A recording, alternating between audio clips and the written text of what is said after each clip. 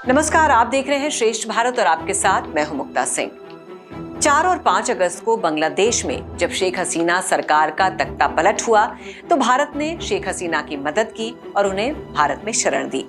इसी बीच बांग्लादेश के पत्रकार ने ये कहते हुए सनसनी फैला दी कि नेता प्रतिपक्ष राहुल गांधी ने बांग्लादेश में चल रहे आंदोलन को ग्रीन सिग्नल दिया था। यानी बांग्लादेश के तख्ता पलट में राहुल गांधी का भी हाथ था। अब उन्हीं पत्रकार सलाहुद्दीन शोएब चौधरी ने ब्लिट्स नाम की एक मैगजीन में राहुल गांधी और उनकी मां सोनिया गांधी को लेकर चौंकाने वाले और सनसनीखेज खुलासे किए हैं। अखबार ने राहुल गांधी को लेकर एक बड़ा खुलासा किया है। उन्होंने अपनी रिपोर्ट में एक पूरी इन्वेस्टिगेटिव स्टोरी शेयर की है जिसमें राहुल गांधी के छात्र जीवन से लेकर उनके अफेयर्स और उनकी शादी से लेकर उनके बच्चों का भी जिक्र किया गया है। वहीं राहुल और उनकी फैमिली के बारे में बताने से पहले पत्रकार ने लिखा कि कांग्रेस नेता और गांधी परिवार के उत्तराधिकारी राहुल गांधी के खिलाफ उनका कोई व्यक्तिगत प्रतिशोध नहीं है। एक खोजी पत्रकार के रूप में ये मेरी जिम्मेदारी है कि मैं अनकहे और अनजाने फैक्ट्स को उजागर करूं। इसके साथ ही इस लेख में पत्रकार ने लिखा कि कांग्रेस ने राहुल गांधी को एक दूरदर्शी नेता के रूप में स्थापित करने के लिए अथक प्रयास किया है, लेकिन सच्चाई कहीं अधिक जटिल और परेशान करने वाली है। उनके चमकदार बाहरी आवरण के नीचे काले रहस्यों और अनकही कहानियों का जाल छिपा है जिन्हें भारत के लोगों को जानना चाहिए। पत्रकार सलाहुद्दीन शोएब ने ट्रिनिटी कॉलेज के राहुल गांधी के एक पूर्व क्लासमेट के हवाले से लिखा है कि राहुल एक बहुत ही मिलनसार व्यक्ति हैं। हम जानते हैं कि वो स्वभाव से बेहद धर्मनिरपेक्ष हैं। उन्हें फ्राइड बेकन और बीफ स्टेक बहुत पसंद है। उनकी जीवन शैली पूरी तरह से पश्चिमी है। हमें कभी नहीं लगा कि वो एक हिंदू परिवार से हैं। इस रिपोर्ट में आगे लिखा गया है कि हिंदू महिलाओं का राहुल गांधी के रोमांटिक जीवन में कोई स्थान नहीं है। इसके बजाय वो हमेशा गैर हिंदू महिलाओं जैसे कि ईसाई और मुस्लिम महिलाओं के प्रति आकर्षित रहे हैं। ब्लिट्स मैगजीन ने दावा किया है कि राहुल गांधी के अपने छात्र जीवन में कई महिलाओं के ईसाई और मुस्लिम महिलाओं के साथ शॉर्ट टर्म रोमांटिक रिलेशन रहे हैं, लेकिन एक अफगान मुस्लिम लड़की को लेकर राहुल काफी सीरियस थे जिनका नाम नोएल जहीर था, जिसे राजकुमारी नोएल के नाम से भी जाना जाता है। उनके पिता प्रिंस मोहम्मद दाऊद पश्तूनयार खान काबुल में इस्तेकलाल हाई स्कूल और सैन्य एकेडमी में शिक्षित हुए थे। उन्हें रॉयल अफगान वायुसेना में द्वितीय लेफ्टिनेंट के रूप में नियुक्त किया गया था और बाद में वो नागरिक उड्डयन पायलट बन गए। राजकुमारी नोएल की मां राजकुमारी फातिमा बेगम, जिन्हें फातिमा आरिफ जहीर के नाम से भी जाना जाता है, उन्होंने 2005 से रोम में अफगान दूतावास में प्रथम सचिव, प्रोटोकॉल, वित्तीय मामले और जनसंपर्क के रूप में कार्य किया और बाद में 2007 से रोम में अफगान चार्ज डी अफेयर के रूप में कार्य किया। वो यूएसएसआर में अफगानिस्तान के पूर्व राजदूत जनरल सरदार मोहम्मद आरिफ खान की बेटी है। इस रिपोर्ट में ये भी दावा किया गया है कि आईटीआई टाइम्स ने राजकुमारी नोएल के साथ राहुल गांधी के रोमांटिक रिश्तों को लेकर रिपोर्ट छापी थी, लेकिन इसे बेहद ही संदेहास्पद तरीके से हटा दिया गया। इसी तरह साल 2012 में द संडे गार्डियन से ऐसी ही रिपोर्ट को हटा दिया गया था।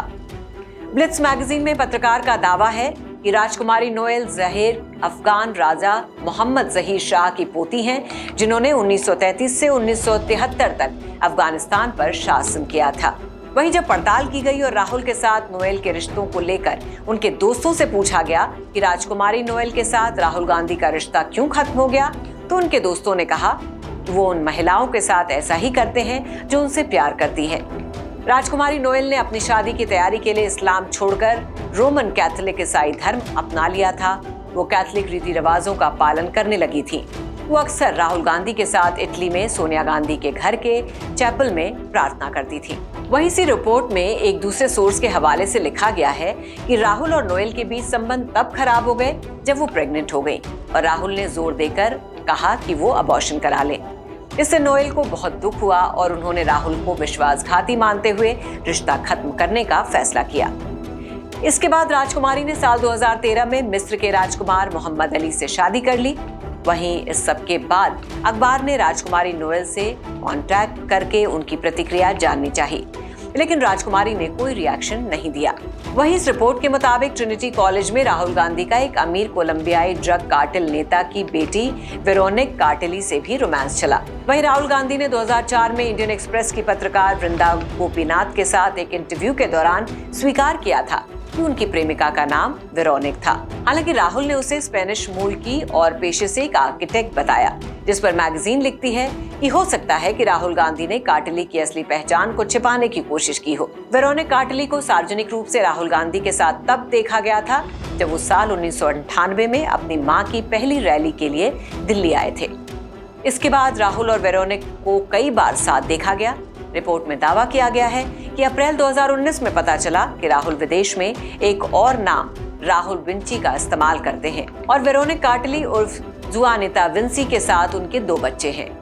न्याक विंसी एक लड़का जो अब 19 साल का है और मिनिक विंसी एक लड़की जो अब 15 साल की है। हालांकि राहुल और काटली ने आधिकारिक तौर पर अपनी शादी को रजिस्टर्ड नहीं कराया, लेकिन बच्चे अपने पिता का उपनाम विंची ही इस्तेमाल करते हैं। इस रिपोर्ट में ला विंची काटली कंपनी का भी जिक्र किया गया है, जो चीन, ईरान, इटली के बड़े इतालवी माफिया समेत पाकिस्तान के भ्रष्ट लोगों को फाइनेंशियल कंसल्टिंग सर्विस देती है।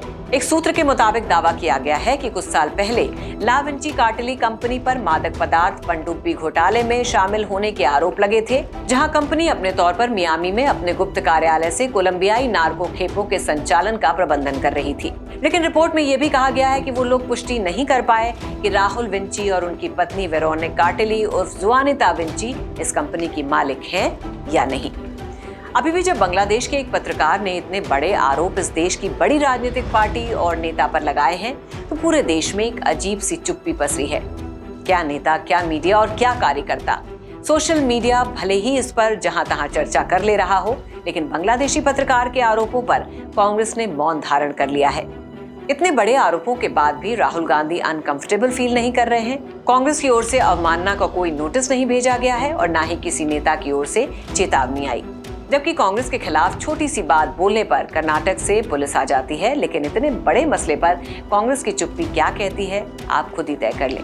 हालांकि आप क्या सोचते हैं इस खबर के बारे में, हमें कमेंट करके जरूर बताइए। फिलहाल के लिए बस इतना ही। बाकी खबरों के लिए देखते रहिए श्रेष्ठ भारत।